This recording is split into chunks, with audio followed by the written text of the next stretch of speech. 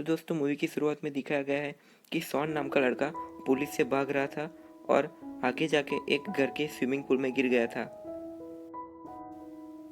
Police वहां जाती है और उसे पकड़ लेती है। शॉन परमिशन के बिना ही सैटेलाइट टावर में घुस गया था, इसलिए उसके पीछे पुलिस आ गई थी। लेकिन वहां शॉन के पापा पहुंचते हैं, जिसका नाम होता है हैंक जो कि एक नेवी में रिटायर्ड ऑफिसर है। तो उनकी पहचान से शॉन को पुलिस छोड़ देती है, लेकिन पुलिस शॉन को आखिरी वार्निंग भी देती है। हैंक शॉन को लेकर घर जाते हैं। शॉन हैंक को अपने पापा नहीं मानता था, क्योंकि वो उसके सौतेले पापा थे और शॉन के पापा मर चुके थे। लेकिन हैंक भी शॉन की बहुत ही फिक्र करते थे, लेकिन शॉन समझ ही नहीं पाता था। शॉन को कोई रेडियो सिग्नल्स भेज रहा था और वो अच्छे से समझ नहीं पा रहा था, इसीलिए वो सैटेलाइट टावर में घुस के वो सारे सिग्नल्स निकलवा लाया।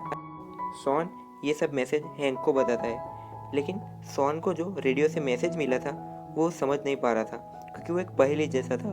तो हैंक वो पहेली सुलझाते हैं और उसमें लिखा था कि वो आइलैंड असल में है। शॉन ये सुन के चौंक जाता है, कहता है क्या आप सही में कह रहे हो हैंक? तो हैंक कहता है हाँ, इसमें ऐसा ही लिखा है कि वो आइलैंड असल में है। तो शॉन कहता है कि ये तो बहुत बड़ी बात है कि ये मिस्टीरियस आइलैंड सही में है।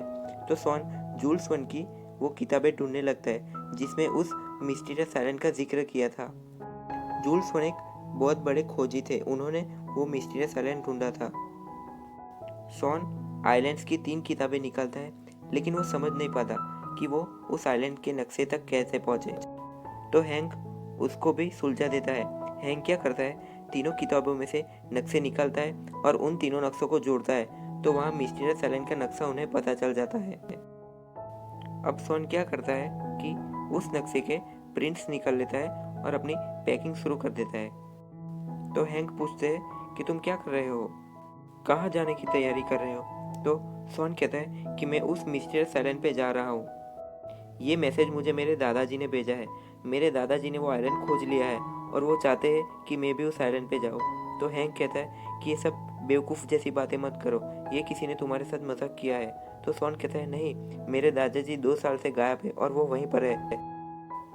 ये सब बातें हैंक शॉन की मम्मी को जाके बताते हैं और कहता है कि शॉन यहाँ पलाव जाने की बात कर रहा है। पलाव से एक मिस्टीरियस आइलैंड है, वो वहाँ पर जाएगा। लेकिन मुझे यकीन है ऐसा कुछ भी नहीं है और मैं उसे वहाँ लेके जाऊँगा और एक सच्चे हीरो की तरह उसकी मदद करूँगा, ताकि वो मुझे अपना डैड समझे। अब अगले दिन ही हैंक आते हैं और शॉन को 2 टिकट्स दिखाते हैं और कहते हैं कि हम दोनों पलाव जा रहे हैं। तो शॉन कहता है कि आप भी मेरे साथ आ रहे हो? दोस्तों वो पलाव इसीलिए जा रहे थे क्योंकि उस आइलैंड तक पलाव से ही पहुंच सकते हैं। अब शॉन और हैंक दोनों पलाव पहुंचते हैं। हैंक शॉन का सौतेला पिता था, लेकिन हैंक शॉन की बहुत ही फिक्र करता था। लेकिन ये बात शॉन नहीं समझ पाया और वो उन्हें पापा कह के नहीं बुलाता था। दोस्तों शॉन वहाँ जाके सभी बोट वालों को नक्शा दिखाता है और कहता है कि हमें इस जगह जाना है, और कहता है कि हम तुम्हें $1000 देंगे अगर वहाँ तुम हमें ले जाओ तो सभी लोग शॉन को कहते हैं कि अरे तुम पागल हो, इस जगह पे कोई द्वीप नहीं है, यहाँ सिर्फ ऐसे बवंडर है जो कि बोट को ही निकल जाते हैं। तो $1000 की बात सुनकर एक आदमी आता है और कहता है कि हाँ, मैं तुम्हें मेरी सवारी में वहाँ ले जाऊँगा। जब वो लोग उसकी सवारी देखते हैं तो एक पुराना हेलीकॉप्टर था। इस हेलीकॉप्टर वाले का नाम गैबेटो था। वो लोग ऐसे पुराने हेलीकॉप्टर में नहीं जाने वाले थे, लेकिन उतने में उस गैबेटो की बेटी आ जाती है जिसका नाम था कलिनी। कलिनी को देख के शॉन को उससे प्यार हो जाता है और कहता है कि हम इसी में ही जाएंगे। कलिनी उन्हें कहती है कि $3000 दोगे तो ही जाएंगे।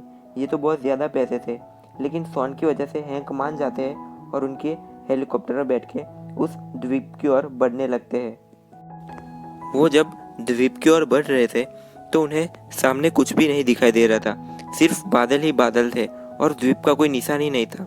थोड़ी आगे जाते हैं तो वो लोग एक बड़े से बवंडर में फंस जाते हैं और संतुलन खो बैठते हैं। शॉन कहता है कि जूल्स वन की किताब में भी यही लिखा है कि अगर बवंडर के बीच में जाओगे तो उस द्वीप तक पहुंच जाओगे, और ये बात सच निकली। वो उस द्वीप तक तो पहुंच गए, लेकिन वो द्वीप बहुत ही वीरान था और उनका हेलीकॉप्टर वहाँ क्रैश हो जाता है।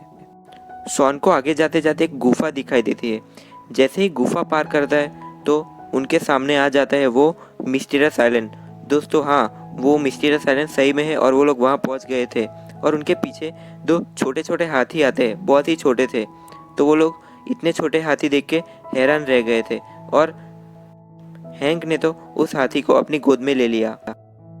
शॉन कहता है कि जूल्स की किताब में ये लिखा है कि इस द्वीप की खूबी ये है कि यहाँ छोटे जानवर बड़े होंगे और बड़े जानवर छोटे होंगे।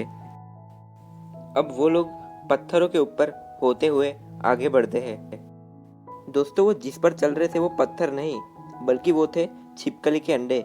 जैसे अभी जूल्स की किताब में कहा था कि यहाँ छोटे जानवर बड़े होंगे और बड़े जानवर छोटे, तो ये सब छिपकली के अंडे हैं, बड़े बड़े। दोस्तों यहाँ गैबेट्टो जिस अंडे के ऊपर खड़ा था वो अंडा फूट जाता है और गैबेट्टो उसके अंदर चला जाता है। जैसे उसे बाहर निकालते हैं तो छिपकली को आवाज़ आ जाती है और वो जग जाती है और देखती है कि उसके अंडों के ऊपर कोई है। वो बहुत ही गुस्सा हो जाती है और फिर सब लोग अपनी जान बचा के भागते हैं और वो छिपकली भी उनका पीछा करती है उनको पकड़ने के लिए। लेकिन अब यहाँ शॉन के दादाजी आ जाते हैं और अपनी जाल से उस छिपकली को बेहोश कर देते हैं। शॉन अपने दादाजी अलेक्जेंडर से मिलकर बहुत ही खुश होता है और फिर शॉन अपने दादाजी को उनके साथ आए हुए सभी लोगों से मिलवाते हैं।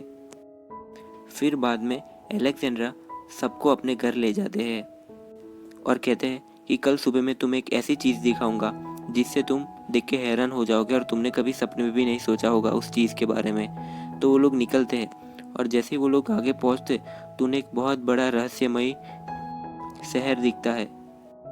दोस्तों ये एक एटलांटिस का शहर था। हैंक की नज़र ज़मीन पे एक कोने में पड़ती है तो उसे दिखता है कि पानी ऊपर बढ़ रहा था। तो हैंक ये देख के चिंता में पड़ जाता है। हैंक फिर सोचता है और फिर वो पानी को चखता है तो वो पानी खारा होता है। हैंक कहता है कि मैंने कंस्ट्रक्शन में काम किया है तो मुझे पता है यहाँ पर पानी धीरे धीरे बढ़ रहा है। अब हमारे पास 2 से 3 ही दिन है यहाँ से निकलने के लिए। तो अलेक्जेंड्रा भी उनकी बात को मानते हैं। 2-3 दिन में वो पूरी जगह डूबने वाली है, लेकिन अब उस द्वीप से बाहर निकलना नामुमकिन था। लेकिन जूल्स की किताब में ये लिखा था कि यहाँ कैप्टन नीमो की समाधि है और कैप्टन नीमो की पनडुब्बी भी इसी जगह में है। अलेक्जेंड्रा को पता था कि कैप्टन नीमो की समाधि कहाँ पर है और अलेक्जेंड्रा ये भी कहते हैं कि कैप्टन नीमो की पनडुब्बी से हम लोग यहाँ से बाहर निकल सकते हैं और कैप्टन नीमो की पनडुब्बी की किताब उनके हाथ में ही है, मतलब कि उनके समाधि के हाथ में। तो फिर अलेक्जेंड्रा सबको उस समाधि के सामने लेके जाते हैं, लेकिन अलेक्जेंड्रा कहते हैं कि मैं तो ऑमलेट्स खा खा के यहाँ बहुत ही मोटा हो गया हूँ, इसीलिए मैं इस गुफा में नहीं घुस सकता क्योंकि गुफा बहुत छोटी थी। तो कल्याणी डिसाइड करती है कि मैं ही सबसे पतली हूँ तो मैं ही जाऊँगी उसके अंदर। जैसे ही कल्याणी उस गुफा के अंदर जाती है तो उसे कैप्टन नीमो की समाधि और उसके हाथ में एक किताब दिखती है जो कि उनके पनडुब्बी के बारे में थी। दोस्तों कैप्टन नीमो भारत से थे तो उनकी किताब में भी हिंदी भाषा लिखी गई थी, लेकिन अलेक्जेंड्रा को ये भाषा आती थी।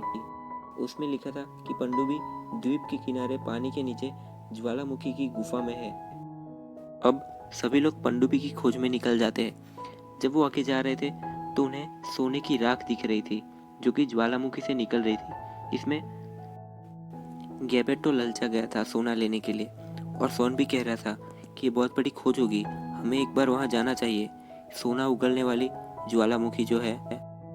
हैंक कहता है कि हम वहाँ नहीं जाएंगे, हमारे पास समय बहुत ही कम है, हमें हमारी जान बचानी है और पनडुब्बी लेके यहाँ से बाहर निकलना है।